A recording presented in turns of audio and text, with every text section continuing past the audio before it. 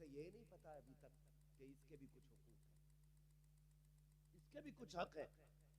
हम फिर आपसे एक बात कहना चाहेंगे, अगर आप चाहते हो अल्लाह आपकी बेटी को इज्जत दे तो आप दूसरे की बेटी को इज्जत दिया करो।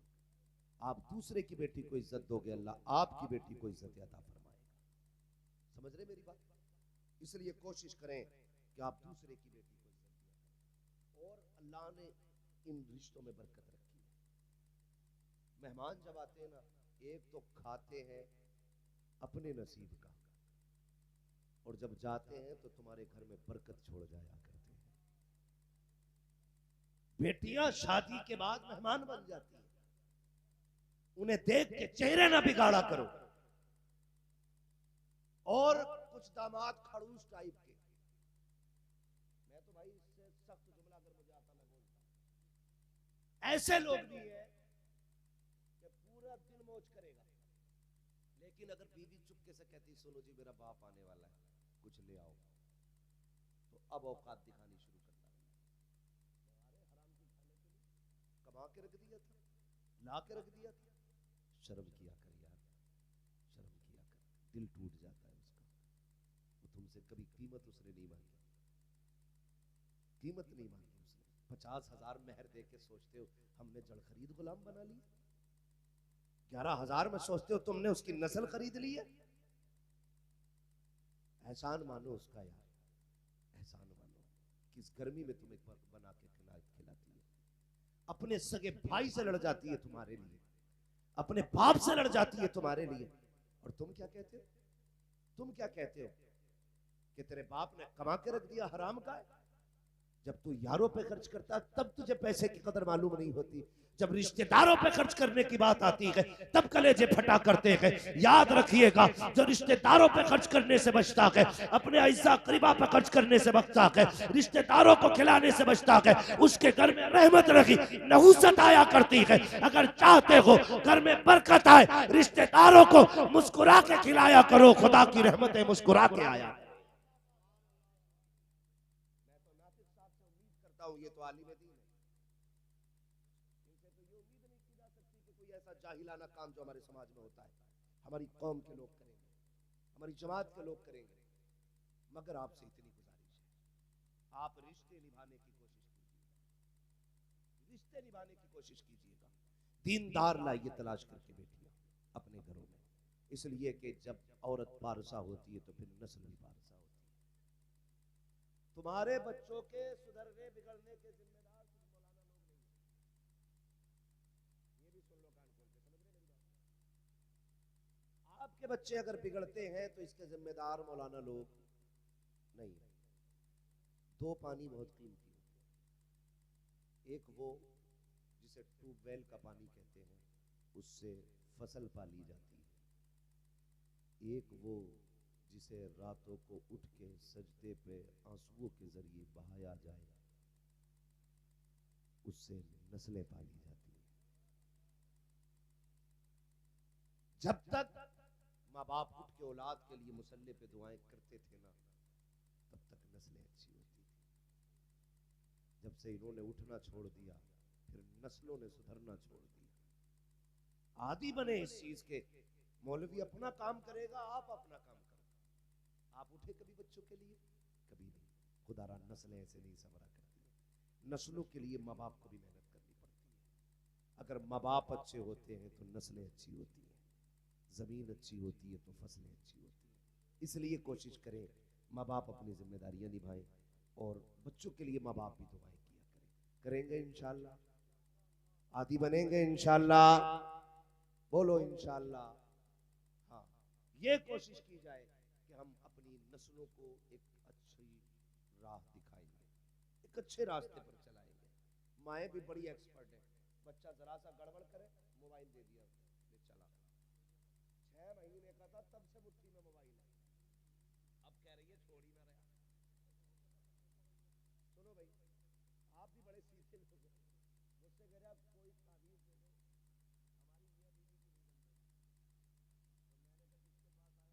तो मैंने कहा जिसके पास आया अगर इसकी बनती होती। अरे भाई, हम उससे सितारे मिलवाने जा रहे हैं जिसके खुद 40 साल से नहीं मिले।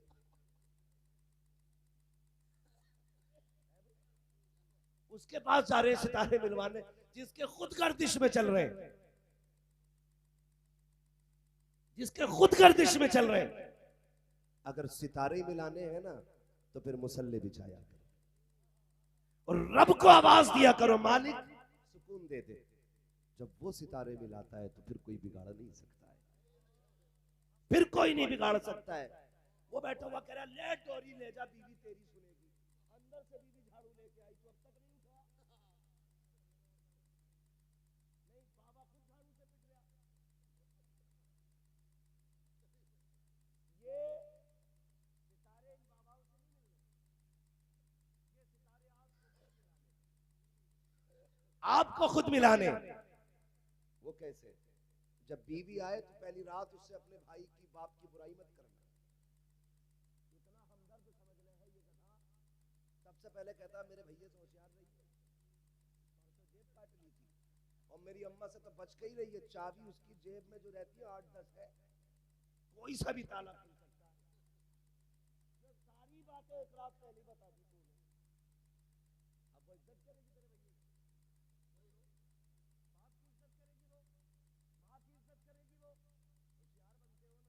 तारीख उठा के देखे, मेरे हुजूर का आंगन है, आने वाली खातून हजरत हलीमा सादिया है। जैसी आई घर के अंदर, हजरत खदीजतुल कुबरा उठ के खड़ी हो गई। जितनी देर घर में रही, हजरत खदीजा बैठी नहीं। महबूब अलैहिस्सलाम ने फरमाया खदीजा ये बताओ जब तक हलीमा सादिया यहाँ रही मेरी अम्मी, आप बैठी क्यों नहीं? कहने लगी महबूब इसलिए नहीं बैठी कहीं उनके हुक्म की तामील में ताखीर ना हो जाए। क्या बोले? कहीं उनके हुक्म की तामील में देर ना हो जाए, इसलिए बैठी नहीं थी। क्योंकि उम्मुल मोमिनीन ये कहने लगे मैंने पूरी जिंदगी महबूब को अपनी माओ का इज्जत से तज़किरा करते सुना था। अगर तुम बीवी के सामने मां का इज्जत से तज़किरा करोगे, उसकी हिम्मत नहीं है वो कह सके मेरा बच्चा नहीं खिलाया। लेकिन हम क्या करते हैं, मैं वो बातें बताते जा रहा हूँ, ना कॉलेज ना स्कूल ना किताबें कहीं नहीं मिलने वाली। ये बातें सिर्फ उलमा की महफिल में आपको मिलेंगी। आप कॉलेज और स्कूल के जरिए इंजन सवार सकते हैं, चाहे वो टेम्पू का हो या हवाई जहाज का, लेकिन मुस्तफा के मदरसे के जरिए जिंदगी सवार सकते हैं। समझ रहे मेरी बात जो मैं कहना चाह रहा हूं? ये औरतों तक की बात नहीं जा रही होगी, आपने जो आवाज वहां तक पहुंचा दी, अब क्या बताऊं तुम्हें, लेकिन फिर भी सुन लो। हम उनके माँ बाप की भी इज्जत करें और अपने माँ बाप की भी इज्जत करें, इसमें घर बेहतर चलेगा, इसमें घर बेहतर चलेगा। यही कोशिश मत करना मैं बैठूं तो वो जूते उतारे, वो मोजे खुद अपने हाथ से उतारे। तुम उसकी खुशियों का ख्याल करो, वो आपकी खुशियों का ख्याल करेगी। ऐसे घर बेहतर चलते हैं। कितनी बातें मैंने इसलिए भी बता दी मौलाना नातिक रज़ा तक पहुंच जाए, ताकि आने वाली जिंदगी और भी खुशहाल हो जाए। मैं जानता हूं आलिम भी है, फाजिल भी है, लेकिन याद रखिएगा सारे इल्म किताबों से नहीं, कुछ तजर्बों से भी आया है ना। अक्सर बातें तजर्बों से मालूम होती है। इसलिए हम ये चाहते हैं कि घरों के हालात बेहतर हो तो रिश्तों को बेहतर करें, उनके घर वालों की इज्जत आप करें। अपनी बीवी से पहली रात को सबकी बुराई नहीं करनी है। करेंगे?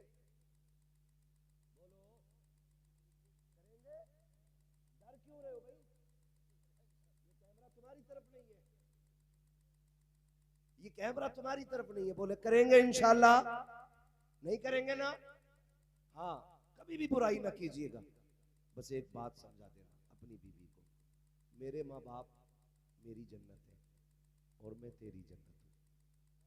अगर तुझे मेरी अपनी जन्नत बचानी है तो मेरी जन्नत भी बचा के रखनी होगी। सीधी बात है। और हुजूर ने इरशाद फरमाया तेरे 3 बाप हैं। कितने?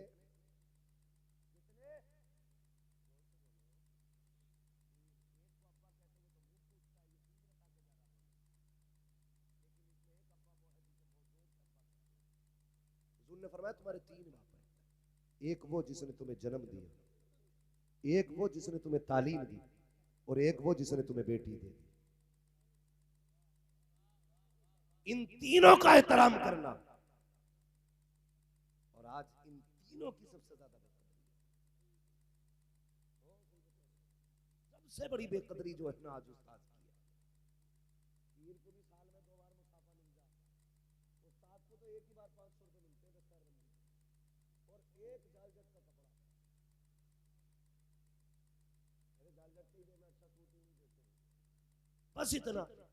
तो इन तीनों की इज्जत करनी है, इन तीनों की इज्जत करेंगे इंशाअल्लाह।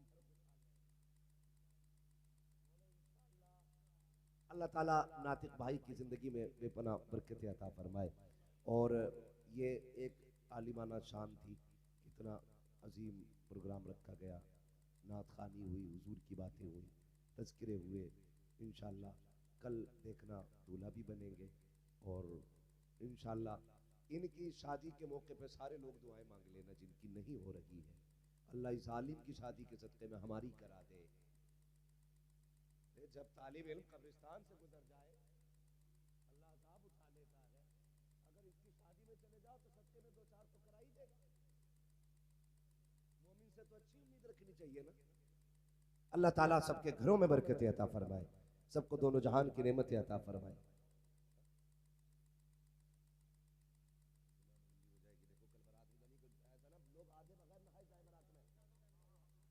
बड़ा मसला हो जाता है।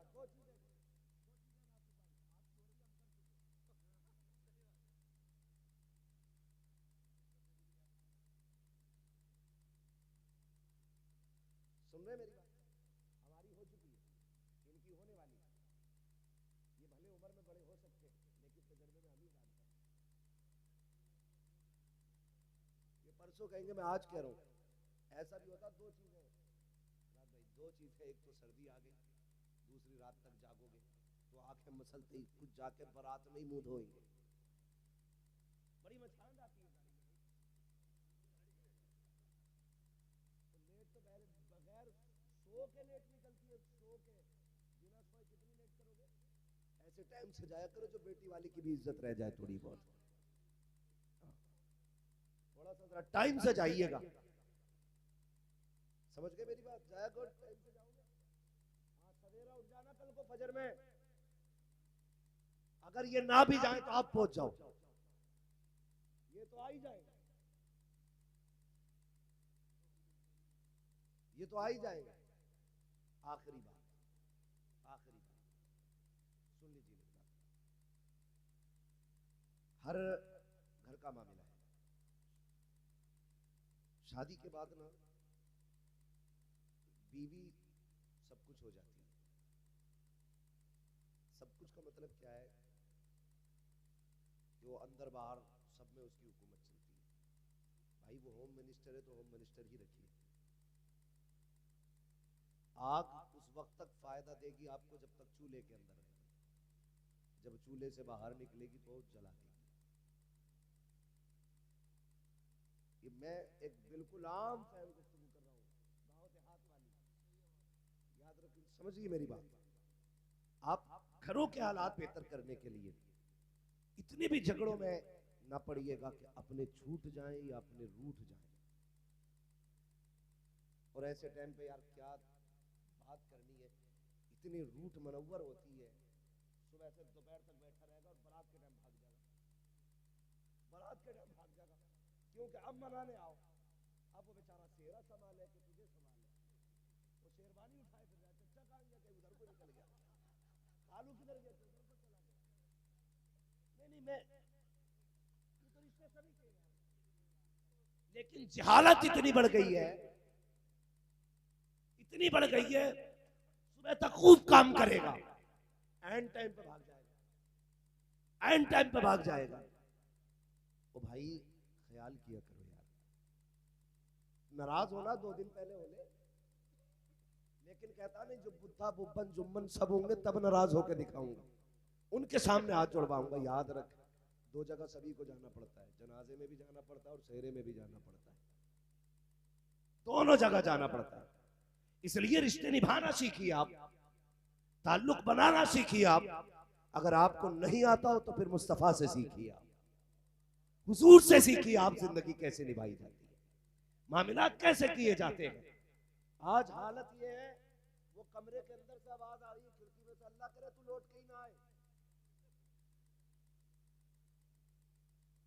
बीवी की आ रही होगी तुम्हारी, और कमरे में से तो मुर्गी बदुआ देगी। अंदर से आवाज आती लौट के ही ना आए। ये भी कह रहा चल तेरी शिकल ही नहीं देखी। जब इस तरह के जुमले होंगे तो फिर बच्चे इब्लीस पैदा नहीं होंगे। झगड़ों के बीच जो कौमें आती है तो पावरफुल कंट्री खड़ी है। एक मुल्क को अब्बा कहा जाता है, दूसरे को अम्मा कहा जाता है, दोनों में गोली चल रही है, बीच में बच्चे आए हैं, तो फिर बर्बादी बच्चों की है। समझ रहे हो मेरी बात? इसलिए झगड़े ना किया करो। जिंदगी कैसी गुजारनी है कभी पूछ मुस्तफा जाने रहमत से।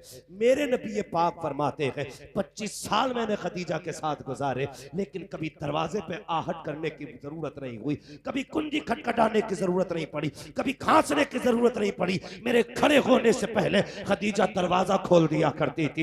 एक दिन मैं दरवाजे पे पहुंचा, मेरे पहुंचते ही दरवाजा खुला। मैंने कहा खदीजा बता तो सकी, आज तक मैंने कभी आवाज नहीं दी, कभी दरवाजा नहीं बजाया, कभी खांसा नहीं, तुम मेरे पहुंचने से पहले दरवाजा कैसे खोल देती हो? तो खदीजतुल कुबरा का हुजूर से इश्क देखिए। उम्मुल मोमिनीन ने कहा था या रसूल अल्लाह, आवाज की जरूरत उन्हें पड़ती है जो दिल से दिल जुदा होते हैं, जो अपनों से बेखबर होते हैं। या रसूल अल्लाह, आपकी खुशबू मेरी मशामे जामे ऐसी बस चुकी है, आप पहले वाले मोड़ पे होते हो, आंगन में खुशबू पहले आ जाती है। या रसूल अल्लाह, आपके आने से पहले खुशबू आ जाती है, मैं समझ जाती हूँ वो आ गया है जिसके पसीने से कायनात को मुअत्तर किया गया।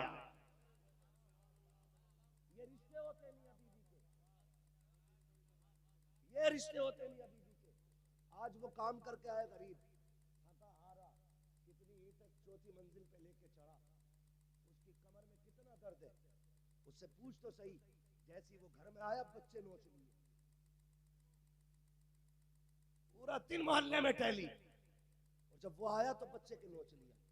बच्चा रोया, तड़ाक से बच्चे के लगाया।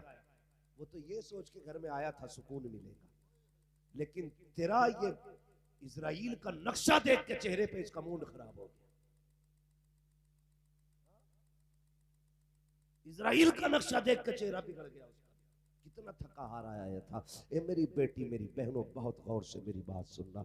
जब शोहर थक के आया करे, चेहरे बिगाड़ के न दिखाया करो। ये जो धूप में तप के आया है, ये तेरे लिए तपा है। ये जो लोगों की गालियां खा के आया है, तेरी वजह से आया है। इसने जो सुबह से शाम तक ईंटें ढोई है, इसलिए ढोई है ताकि तुझे किसी के आगे हाथ ना फैलाना पड़े। तुझे क्या लगता है ये शौक पूरे करके आया है? प्यास इसे भी लगी थी, लेकिन इसने 20 रुपए की बोतल नहीं खरीदी। इसने टंकी या गड्ढे में पानी देख के प्यास बुझा ली ताकि ये 20 रुपए बचा करके अपनी बीवी की खुशी पूरी कर सको। जैसे इसने घर में कदम रखा, तूने इसकी मेहनतों पे पानी फेर दिया। ये जीते जी मर गया। जब तेरा बिगड़ा हुआ चेहरा देखा, क्या अच्छा होता तूने जिंदगी हुजूर से सीखी होती। एक दिन मेरे नबी घर तशरीफ लाए। उम्मुल मोमिनीन खदीजतुल कुबरा ने जैसे दरवाजा खोला, हुजूर के माथे पे खून के निशान थे। कहती है या रसूल अल्लाह, लगता है फिर कौम ने सताया है। हुजूर तशरीफ लाए हैं। खदीजतुल कुबरा बिस्तर पे आई, बैठ जाती है। एक पैर फैला है, दूसरा खड़ा है।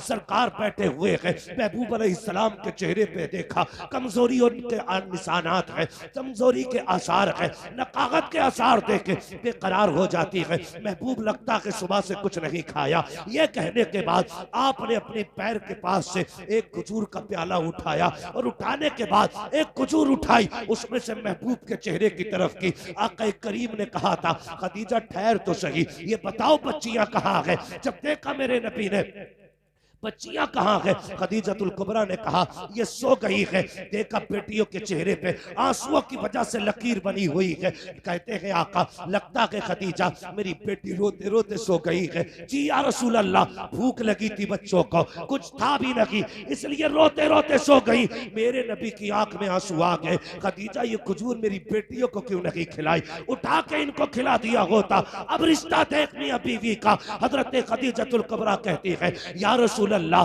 बात यह है कि भूख बच्चियों की अपनी जगह है, लेकिन आपकी भूख देखा नहीं जाती है। आप खाइए तो सही। मेरे नबी के मुंह में जब चंद खजूरें आई, उसके बाद हुजूर ने अपनी बीवी का हाथ पकड़ा और पकड़ने के बाद कहा था, खदीजा मैं तो खा चुका हूं, अब तुम बताओ तुमने कब से नहीं खाया है? तुम्हारा चेहरा उतरा हुआ है, लगता है तुम्हारा भी कई वक्त का फाका है। तब हजरत खदीजा ने पूरी दुनिया की औरतों को यह बबांग तोहल बताया था, मेरी जिंदगी देखो, और कहा था या रसूल अल्लाह, अगर भूख की वजह से हमें कुछ हो गया तो सिर्फ हमारा नुकसान होगा, फातिमा को कुछ हो गया तो हमारा नुकसान होगा, आका अगर आपको कुछ हो गया पूरी कायनात का नुकसान हो जाएगा। या रसूल अल्लाह, मेरी जैसी तो हजारों आ सकती है, लेकिन तेरे जैसा कयामत तक नहीं आ सकता। अगर बीवियां शोहर की इस तरह से फिक्र करने लगे तो फिर किसी घर में झगड़ा नहीं होगा, फिर किसी घर में झगड़ा नहीं होगा। इसलिए खुदा रहा घरों के हालात बेहतर करो। तुमसे भी गुजारिश है, बीवियां शोहरों का ख्याल करें। शोहरों से गुजारिश है, तुम जो जाके ना खड़े हो जाते हो चौराहे पे, पूरा दिन बकरी की तरह पकौड़ी शकौड़ी पापड़ शापड़ खा के आते हो, तुम तो दिन भर खाते रहे, शाम को घुसे, बीवी ने दस्तरखान लगाया, 2-4 गालियां बकी, 5-6 लुकमे खाए, वो कुत्ते की तरह तुझे देखती रही।